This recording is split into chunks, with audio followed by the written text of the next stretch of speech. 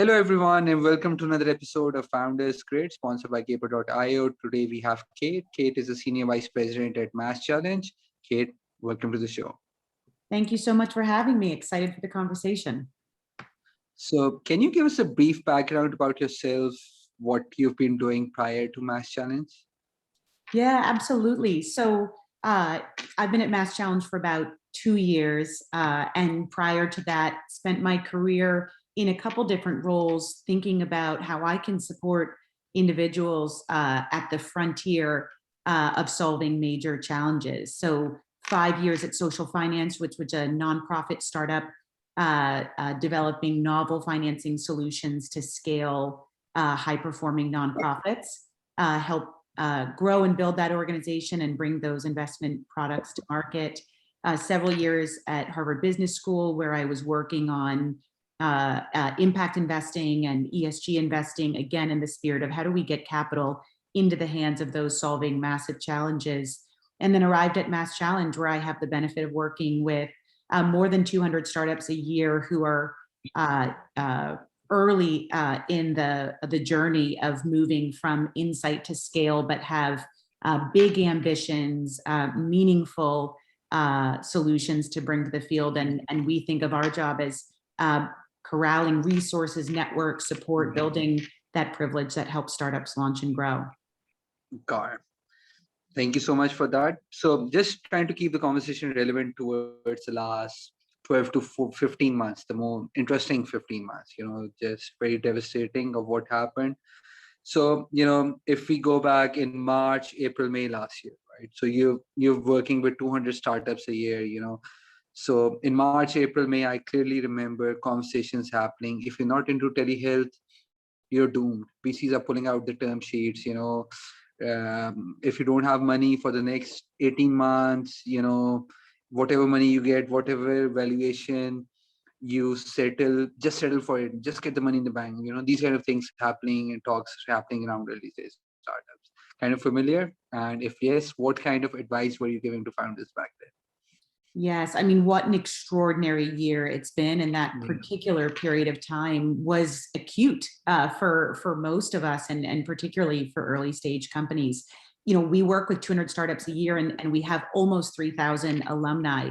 So, at that point of the year last year, it was really about crisis management. So for early stage companies, those who are pre-product market fit, you can think about, how can I continue to advance the work that I need to do to validate my solution when the world is basically on pause. So what we were advising startups, and then you think of our alumni, later on who are, in market, working with customers, selling, as you mentioned, fundraising larger rounds. And the challenge was the distraction, both personally and professionally, for professionals in the startup and the corporate and the investor community. So when we reached out to alumni, what we guided them on was, first and foremost, how do you secure what you have in the immediate term, and then probably with a longer term horizon. Our perspective was, while there is a huge amount of uncertainty, it is probably not a month of disruption. It's probably more than that. So as you think about securing your business, you should have that longer term time frame. And we also guided companies at the same time not to go too internal, right? So once we got through that May-April period, was very much about the transition, the risk management, the crisis management for many. But then, as we began to settle in, it was about pushing to be back out there, having conversations with customers or investors or potential partners, because what we saw was, with everybody at home, again, once we got through that crisis point, people had a lot of time. And so there was actually, the silver lining here was there was opportunity, even for early stage companies, to have conversations that they may not have been able to be having, or fundraise from investors who were previously more location driven. Got it. Makes sense. So yeah, interesting time. So July, August, September, October onwards, things about discussions about uh, mental health, Zoom fatigues, and those kind of things happening. So I'm just kind of like bringing up these because our podcast series is called Founders Grid. So we just try to kind of like learn and discuss the kind of challenges the founders went through or have gone through, right? Oh, yeah. So in that regard, July, August, September, October onwards, the discussions were happening around primarily uh, mental health, Zoom fatigues, those kind of things. So did your startups face those kind of challenges as well? And what kind of like piece of advice you were giving them? So, we've heard multiple of them. So I would like to hear yours, and I can share the ones that we heard. Oh, good. And I'd be curious if you are hearing other things. I mean, first of all, under the best of circumstances, it is extraordinarily difficult to be a founder. The personal pressures, the professional pressures are meaningful. And so, mental health is something we think a lot about and talk a lot about with our founders under the best of circumstances. When we looked at last year, there were several key issues, I think, that our founders were grappling with. The first was often family or personal life. So the challenge of being a founder, running a business, and the intensity that comes with that, while also potentially homeschooling your children, dealing with loved ones who are at risk given their jobs, right? Like this is incredibly complex and challenging for founders to manage. The second was the loneliness of being a founder and having all of these decisions to make is even more acute when you are actually alone, right? And so so much harder for founders to build, maintain the community that we see as essential to that healthy and also successful journey. And then the last is, how do you create energy and, both give and receive energy from the small teams you may have in a Zoom environment? And this is not, unique to startups. I think it's shared across many of us as we learn to adapt to the virtual environment. But rebuilding how you think about creating that culture and that vibrancy that can, feed the soul of the founder. So, these were the kinds of conversations that we were having. At the same time, the Zoom fatigue, making it even harder to connect with people who may be able to address some of those pain points, because the idea of getting back on Zoom at the end of the day is just too much to bear. So, what the kinds of things we were advising our startups on are pretty simple. One was, make sure you do have a community of people that you can safely connect with, whether that is outside, masked or not, that you can, stay in touch with that small pod of people. The second, for many of our founders, they explore different locations in order to be able to be outside more, find healthier ways to have leisure and recreation, for example. And so, we encourage that. We always encourage founders to think about the alternative forms of mental health, whether it's meditation or therapy, or we have strong peer cohort models, again, for founders to create community across each other. And then the last, and this is always the hardest for founders, but strongly encouraging them to think about where and how they take breaks. Even as the owner, there must be a point in time in the day and the week that you turn off your computer and find relief from the work that you're doing.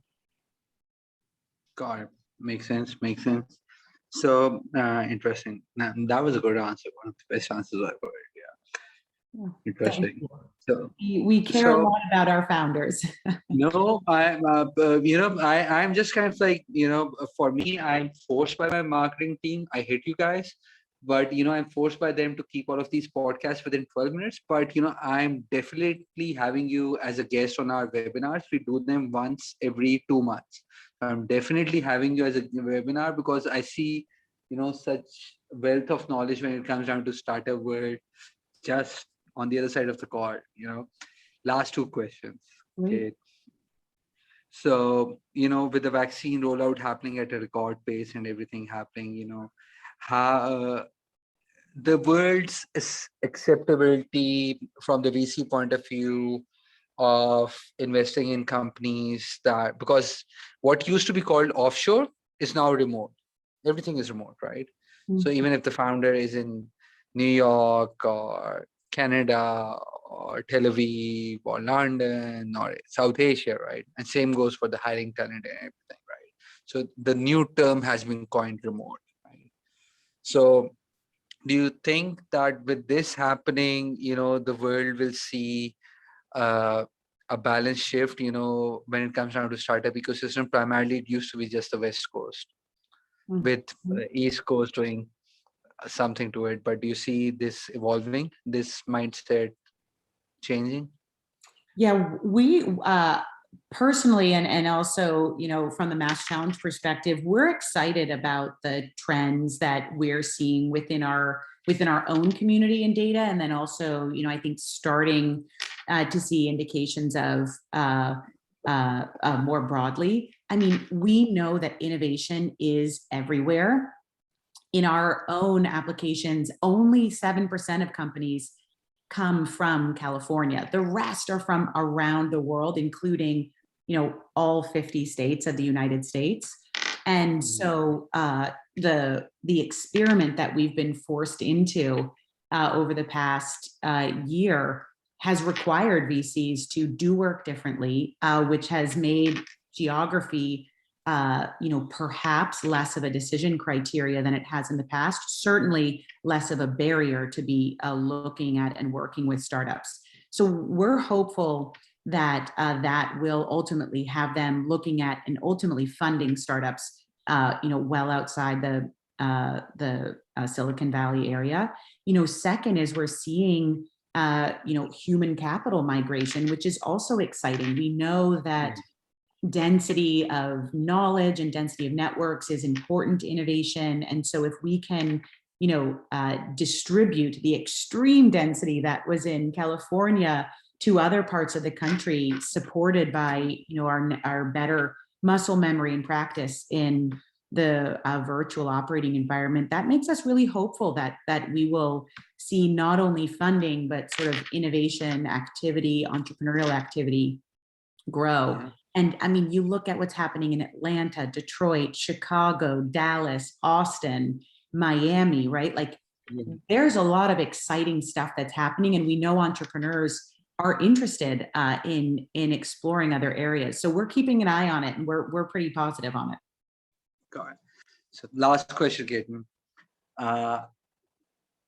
Your own personal productivity hacks through Zoom, being stuck at home with family, without family, I don't know. But, everyone started developing their own personal productivity hacks that help them go through the day, because everyone had different kind of pressure. The work routine changed and all. So what kind of habits you adopted during this whole time? Yeah, wow. I mean, it's been such a learning curve for me also. You go from the like panic into that period where you're on Zoom all day and you think your brain's going to explode, and now hopefully to a slightly more balanced state. A couple things I'd share that are personal to me, but maybe have broader lessons. One is I figured out my creative time of the day, and for me that's morning. And I basically tried to carve it out so that I can get my creative or high thinking work done early in the morning. So sometimes that means waking up earlier and then taking a break. Sometimes that means blocking my calendar. But I think that has been one thing that's definitely boosted my productivity. The second was I built in a faux commute, if you would, to my day. So I have kids, I wake up, it's a little crazy in my household. Yeah. And then instead of sitting at my desk at 7:45 and working through till 6:30, I, started commuting around the block with my coffee and listening to interesting podcasts, hopefully like this one, to to give myself a break and let me settle in. And then the last one, and I know this has been well sort of researched and promoted, is when you don't need to be on camera, when Zoom is not important, it's great to take a break from the medium and use phone, or even take it offline and collaborate in other ways. And that gives your brain and your energy a little bit of a break. Yeah. No, interesting. For me, the only thing I have two kids, a boy 8 and daughter 4, and they're pretty energetic. So what I've done is I've started taking my breaks at lunchtime. So from lunch till for the next 3 hours, I have lunch with them, and then I play with them for a couple of hours. So instead of playing with them before bedtime, I now play with them during the day. So that kind of like helps me play with them in the backyard, the front yard, kind of like those of activities, and it's been kind of like interesting and rewarding. But yeah, it's been interesting. Cait, thank you so much for being on the show. We would love to have you on one of our webinars, but for the podcast, it's goodbye. Thank you so much, and take care of yourself and stay safe. All right. Thank you so much for the opportunity, and stay safe also.